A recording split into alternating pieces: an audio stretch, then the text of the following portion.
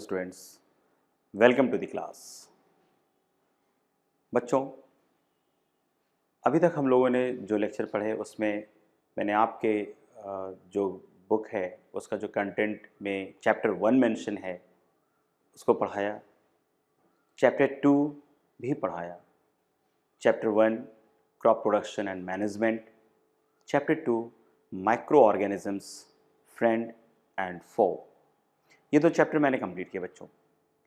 Today I am going to start with the new chapter that is conservation of plants and animals. तो आज का हमारा topic होगा how to conserve the plants and animals under the heading conservation of plants and animals. तो बच्चों, सबसे पहली बात तो ये उठती है कि what is the meaning of conservation. आपने बहुत बार सुना होगा कंजर्व वाटर, कंजर्व इलेक्ट्रिसिटी। क्या है इसका मतलब? आखिर ये कंजर्वेशन क्यों करना चाहिए और करना भी चाहिए तो कैसे कर सकते हैं? आइए इन सब बातों के बारे में पढ़ते हैं आज चैप्टर में। इस चैप्टर में हम लोग बहुत सारे प्रोटेक्टेड एरियाज लाइक सैंक्चुरीज, हम लोग नेशनल पार्क्स, बायोस्फीयर रिजर्व, इन सब बारे में भी पढ़ेंगे। बहुत तरीके की species, endemic, endangered, extinct etcetera, इसके बारे में भी पढ़ेंगे हम लोग।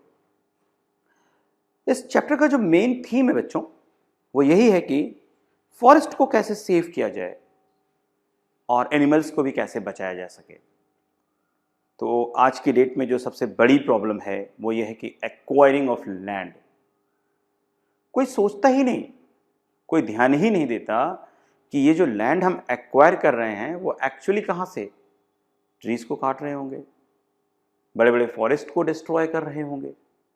अभी तो अपनी हम डिमांड को जस्ट नाउ पूरा करने के लिए फर्नीचर बनाना है उसके लिए काट लिया, मकान बनाना है उसके लिए काट लिया पेड़ों को, जमीन खाली हुई और उसमें बिल्डिंग बन गई। इसका इफेक्ट क्या हुआ? Adverse effect on the environment, जिसे हम सोचते ही नहीं और सोच के भी बच्चों अनजान बने हैं। एकदम ध्यान नहीं देते कि आखिर इतनी बड़ी बड़ी बिल्डिंगें जहाँ बनी हैं, जहाँ पहले जंगल रहा होगा, जिसने एनवायरनमेंट को क्लीन करने की पूरा प्रयास किया होगा और फॉरेस्ट एब्जॉर्ब किए होंगे कार्बन डाइऑक्साइड एमिशंस को, लेकिन आज वहाँ फॉरेस्ट नहीं है तो कार्बन डाइऑक्साइड कहाँ जा रहा होगा? आपके एनवायरनमेंट में ही तो बढ़ रहा होगा और आपको ही तो कुछ प्रॉब्लम कॉज कर रहा होगा। तो आइए इन सब चीज़ों के बारे में तो पढ़ेंगे ही, लेकिन सबसे पहले ये डिफाइन करते हैं स्टूडेंट्स कि what is the meaning of conservation, right? So let's start with the conservation.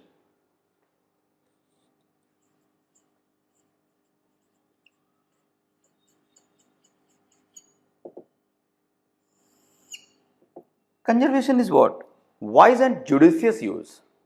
ऐसा नहीं है जो चीज़ें हमारे पास आज बहुत ज़्यादा हैं उसको हमने जैसे मन चाहा वैसे यूज किया, थोड़ा बहुत बची है तो फिर उसको फेंक भी दिया, कह रही तो बहुत ज़्यादा है, क्या ज़रूरत है इसकी। So very wisely you have to use and very judiciously. So wise and judicious use of the natural resources is called as conservation. यानी बहुत ध्यान से और एकदम इस तरह से यूज करना है कि वो फ्यूचर जनरेशन को भी मिलती रहे। So the conservation can be defined age wise and judicious।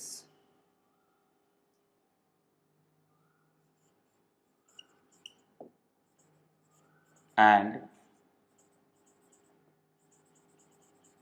judicious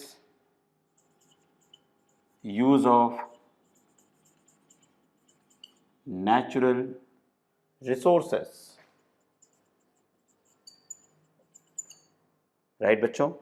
Wise and judicious use of natural resources is called as conservation।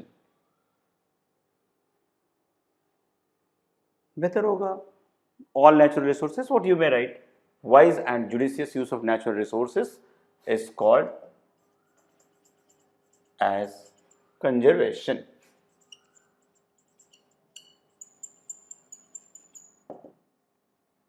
तो बच्चों ये कंजर्वेशन का एम क्या होता है?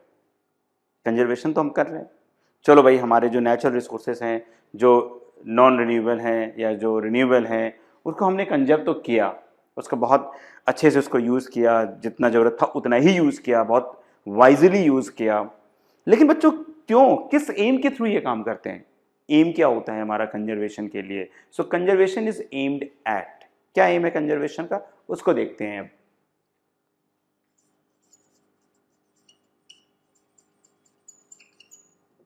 कंजर्वेशन इज एम्ड एट, क्या एम है भाई हमारे कंजर्वेशन का? कंजर्वेशन का एम है बच्चों, क्या हो सकता है कि इस तरह से यूज हो कि हमारी फ्यूचर जनरेशन्स को भी ये मिलती रहे, और जो हमारा एनवायरनमेंट है उसकी क्वालिटी भी मेंटेन रहे। ऐसा नहीं है कि हम, फॉरेस्ट एक रिसोर्स है तो उसको जितना चाहो उतना डिस्ट्रॉय करते गए, काटते गए, तो क्या हमारा एनवायरनमेंट की क्वालिटी मेंटेन हो पाएगी? तो बिल्कुल नहीं मेंटेन हो पाएगी। तो सबसे पहला तो यही है हमारा एम कि to preserve the quality of the environment, right. तो ये लिखते हैं कि जो एम है वो क्या है, to preserve the quality of the environment। तो सबसे पहला तो बच्चों ये हुआ कि quality of the environment must be maintained. उससे अगर कोई छेड़छाड़ हुई या उसमें अगर कोई प्रॉब्लम आई तो निश्चित रूप से उस प्रॉब्लम से हम और आप भी नहीं बच पाएंगे। कोई भी सिचुएशन ऐसी जो एनवायरनमेंट को डिस्ट्रॉय कर रही हो तो we are directly related with that, क्योंकि हम उसी एनवायरनमेंट में रह रहे हैं, सर्वाइव कर रहे हैं, राइट। हमारा सर्वाइवल उसी एनवायरनमेंट पे डिपेंडेंट है। द सेकेंड पॉइंट, और क्या हो सकता है हमारा aim behind the conservation? Behind the conservation मैंने आपको पहले ही बताया कि फ्यूचर जनरेशन्स को भी जो रिसोर्सेस हैं उसकी अवेलेबिलिटी होती रहे। So to ensure a continuous availability of the useful plants and animals, right? So to ensure a continuous availability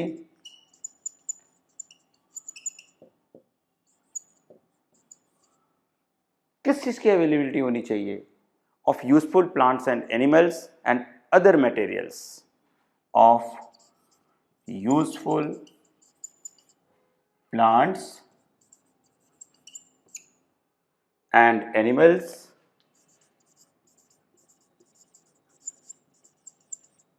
and other materials, right? किस लिए? फॉर फ्यूचर जनरेशन के लिए, फॉर फ्यूचर जनरेशंस।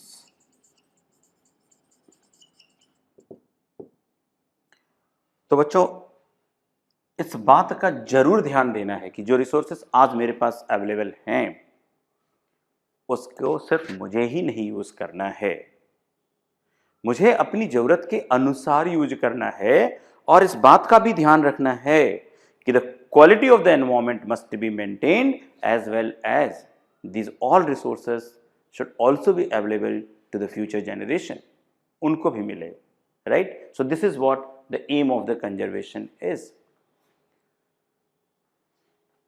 इसके बाद बच्चों पढ़ते हैं, चलो आज हम डिस्कस कर लेते हैं deforestation. Forest a very important resource for us, लेकिन उसकी जो इंडिस्क्रिमिनेट कटिंग हो रही है, लार्ज स्केल कटिंग होती जा रही है उसकी, फॉरेस्ट बचे नहीं हैं और हम उम्मीद करते हैं कि हम हेल्दी रहें। आप अपने घर के आसपास ही देख लो, जहाँ पहले एक दो पेड़ दिखते रहे होंगे, आज आप दूर दूर तक जाओ आपको पेड़ों की संख्या बहुत कम दिखेगी। जहाँ पे पहले थोड़ा डेंस फॉरेस्ट हुआ करता था, आप उसको उसकी स्टडी करो, आज वो फॉरेस्ट भी थोड़ा, उसमें पेड़ों की संख्या कम हो रही है। आप अपनी गाँवों की तरफ ही चलो ना, बहुत दूर जाने की जरूरत नहीं है, बहुत ज़्यादा दूर जाने की जरूरत ही नहीं है। आप अगर गाँव से बिलोंग करते हैं, थोड़ा अपनी गाँव की तरफ ध्यान दीजिए। जहाँ आपके गाँव में पहले खेतों के किनारे किनारे पे बहुत पेड़ लगे हुआ करते थे, कैसा दिखता है बच्चों?